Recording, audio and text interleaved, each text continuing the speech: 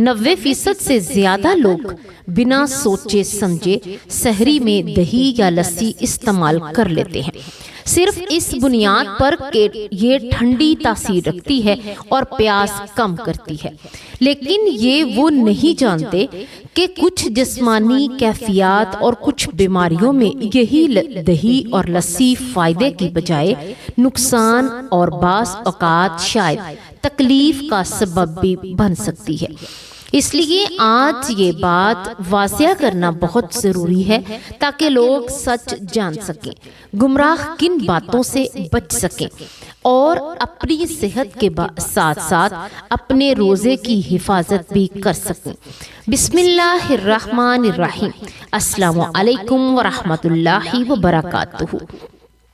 پیارے ناظرین، رمضان المبارک وہ عظیم اور بابرکت مہینہ ہے جسے اللہ تبارک و تعالیٰ نے پوری امت مسلمہ کے لیے رحمت، مغفرت اور نجات کا ذریعہ بنایا ہے۔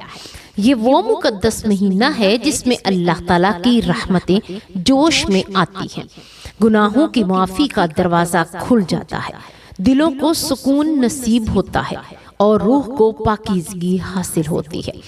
رمضان صرف بھوکا پیاسا رہنے کا نام نہیں، بلکہ یہ اپنے نفس کو قابو میں رکھنے، صبر سیکھنے، شکر ادا کرنے، عبادت میں دل لگانے اور اللہ کے قریب ہونے کا مہینہ ہے۔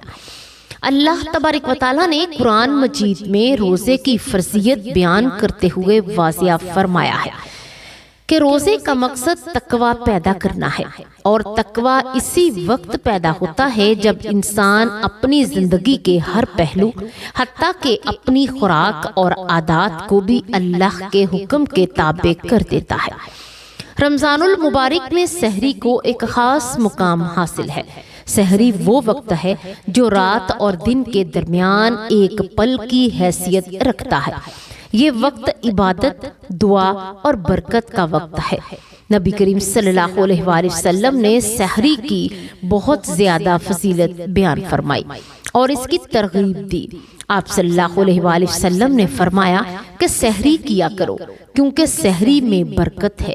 یہ برکت صرف جسمانی طاقت نہیں، محدود نہیں، بلکہ یہ برکت عبادت میں دل لگنے، دن بھر کے روزے کو آسان بنانے اور انسان کے مزاج کو متوازن رکھنے میں بھی ظاہر ہوتی ہے۔ یہی وجہ ہے کہ نبی کریم صلی اللہ علیہ وآلہ وسلم نے یہاں تک فرمایا کہ اگر کوئی شخص پورا کھانا نہ کھا سکے تو کم از کم ایک گھونٹ پانی ہی پی لے، لیکن سحری کو ترک نہ کرے۔ نبی کریم صلی اللہ علیہ وآلہ وسلم کی سیرت مبارکہ کا مطالعہ کیا جائے تو یہ بات واضح ہوتی ہے کہ آپ صلی اللہ علیہ وآلہ وسلم سادگی کو پسند فرماتے تھے۔ آپ صلی اللہ علیہ وآلہ وسلم کی خوراک نہایت سادہ، فطری اور اعتدال پر مبنی ہوتی تھی۔ سحری کے وقت بھی آپ صلی اللہ علیہ وآلہ وسلم ایسا کھانا تناول فرماتے تھے جو جسم کے لیے بوجھ نہ بنے اور عبادت میں رکاوٹ پیدا نہ کرے۔ یہی تعلیم ہمیں بھی دی گئی ہے کہ ہم سحری میں ایسی غذا کھائیں، ایسی استعمال کریں جو ہمیں طاقت دے، لیکن سستی، کاہلی یا بیماری کا سبب نہ بنے۔ اسلام میں نہ افراد کی اجازت ہے نہ تفریط کی، بلکہ ہر چیز میں اعتدال کو پسند کیا گیا ہے۔ اللہ تبارک و تعالیٰ نے انسان کو جو نعمتیں عطا فرمائی ہیں، ان میں دودھ ایک بہت بڑی نعمت ہے۔ قرآن مجید میں اللہ تبارک و تعالیٰ نے دودھ کا خاص طور پر ذکر فرمایا اور اسے خالص اور پینے والوں کے لیے خوشگوار قرار دیا۔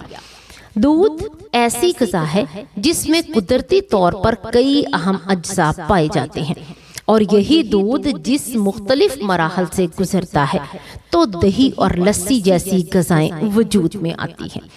نبی کریم صلی اللہ علیہ وآلہ وسلم دودھ کو پسند فرماتے تھے اور دودھ پینے کے بعد اللہ تعالیٰ سے اس میں برکت کی دعا فرمایا کرتے تھے۔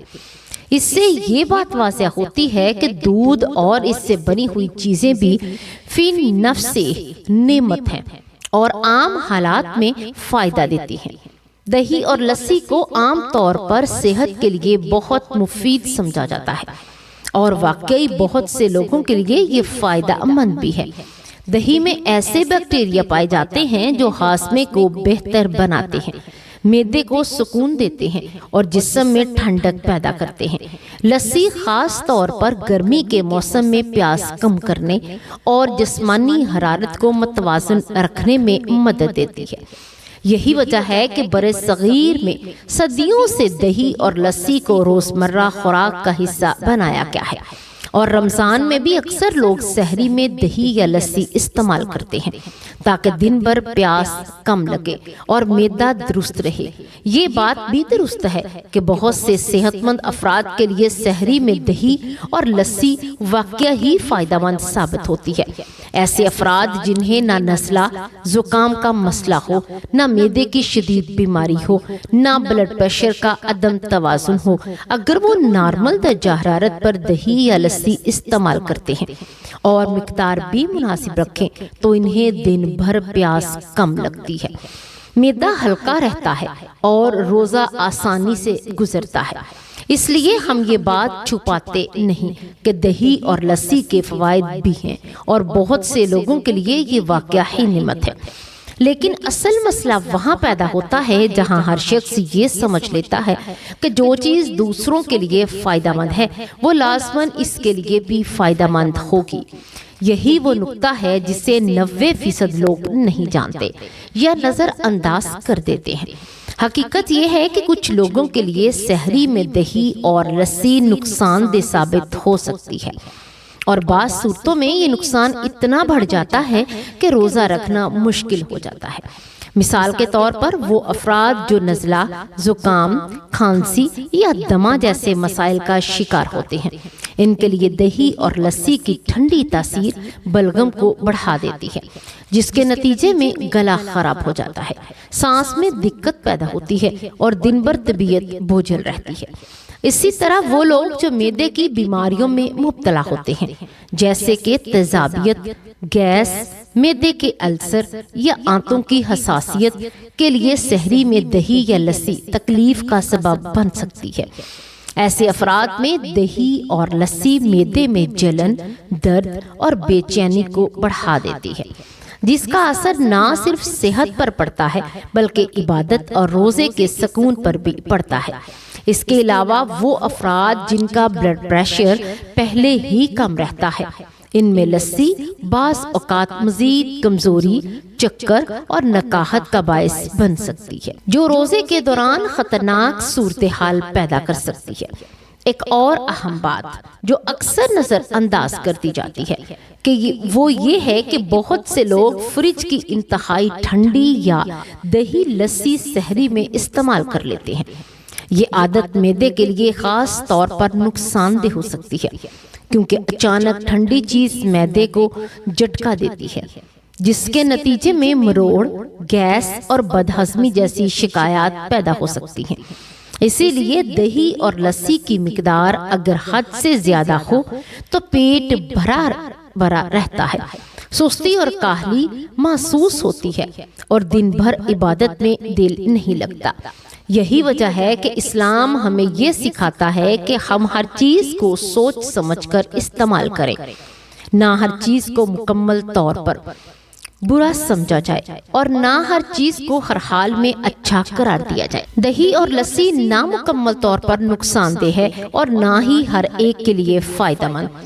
اصل بات یہ ہے کہ انسان اپنے جسم کی کیفیت کو سمجھے، اپنی صحت کو پہچانے اور اسی کے مطابق خوراک کا انتخاب کرے۔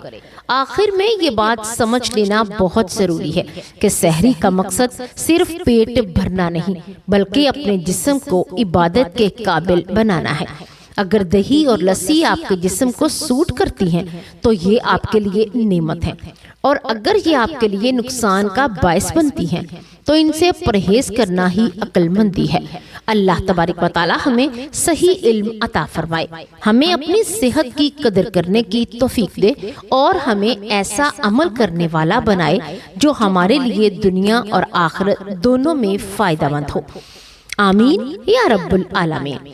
آخر میں ہم سب مل کر اللہ تبارک و تعالیٰ کے حضور عاجزی اور محبت کے ساتھ دعا کرتے ہیں۔ کہ اے اللہ اس بابرکت رمضان المبارک میں ہمیں مکمل صحت، طاقت اور تندرستی عطا فرما تاکہ ہم تمام روزوں کی سحری اور افطاری بہترین طریقے سے کر سکیں اور تیری عطا کردہ نعمتوں کی صحیح قدر کر سکیں۔ اے اللہ ہمیں ایسی جسمانی اور روحانی طاقت عطا فرما کہ ہم کمزوری، بیماری اور سستی سے محفوظ رہیں اور پورے شوق، خلوص اور دل جمعی کے ساتھ تیری عبادت کر سکیں۔ ہمیں توفیق عطا فرما کہ ہم نماز، روزہ، تلاوت قرآن، ذکر، اذکار اور نیک اعمال میں بڑھ چڑھ کر حصہ لیں اور ہر لمحہ تیری رضا کو مقدم رکھیں۔